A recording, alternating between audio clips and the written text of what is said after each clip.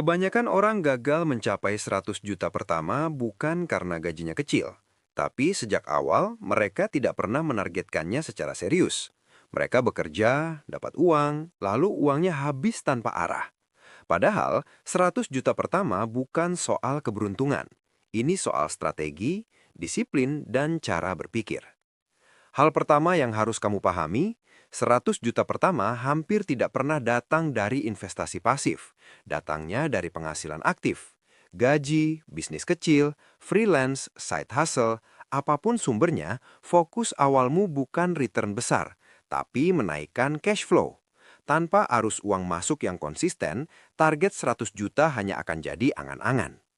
Langkah kedua adalah menguasai satu skill yang bisa menghasilkan uang.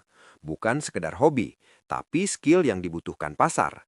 Desain, editing, copywriting, sales, coding, manajemen media sosial, atau skill teknis lain. Uang besar jarang datang dari kerja keras saja, tapi dari nilai yang kamu tawarkan. Semakin langka dan berguna skillmu, semakin cepat uang terkumpul. Setelah ada penghasilan, kunci berikutnya adalah kontrol gaya hidup. Ini bagian yang paling sering gagal. Banyak anak muda naik gaji sedikit, tapi gaya hidupnya naik 2 kali lipat.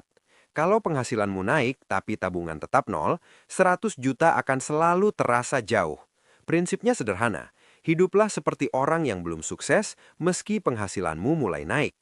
Lalu tentukan sistem menabung dan menyimpan uang yang agresif tapi realistis. Bukan nanti kalau ada sisa, tapi disisihkan di awal. Entah 20%, 30%, atau lebih, yang penting konsisten. Simpan uang ini di tempat terpisah, bukan rekening harian, supaya tidak tergoda untuk dipakai. Setelah tabungan mulai terbentuk, barulah uang bekerja. Gunakan instrumen rendah risiko seperti reksadana pasar uang, obligasi, atau deposito digital. Tujuannya bukan menggandakan uang dengan cepat, tapi menjaga uang tetap utuh sambil terus bertambah. Ingat, targetmu 100 juta pertama, bukan pamer profit. Yang juga penting, jangan terjebak mental instan. Banyak orang gagal karena ingin lompat jauh, ikut spekulasi, trading nekat, atau skema cepat kaya.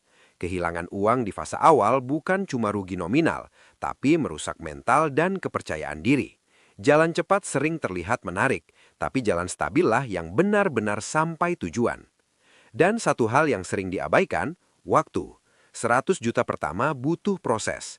Bisa 2 tahun, bisa 5 tahun. Tapi begitu kamu mencapainya, cara berpikirmu berubah. Kamu jadi lebih percaya diri, lebih disiplin, dan lebih siap mengelola uang yang lebih besar. Setelah 100 juta pertama, angka berikutnya biasanya terasa lebih masuk akal. Jadi, cara mendapatkan 100 juta pertama di usia muda itu bukan rahasia rumit. Tingkatkan penghasilan, kuasai skill bernilai, kendalikan gaya hidup, sisihkan uang secara disiplin, hindari spekulasi, dan beri waktu pada prosesnya. Bukan cepat, tapi sangat mungkin. Kalau kamu bisa menaklukkan 100 juta pertama, kamu sudah selangkah lebih maju dibanding kebanyakan orang. Terima kasih sudah menonton hingga akhir. Jika pembahasan ini membuka sudut pandang baru, dukung channel ini dengan like dan subscribe agar semakin banyak topik penting yang bisa kita bahas bersama.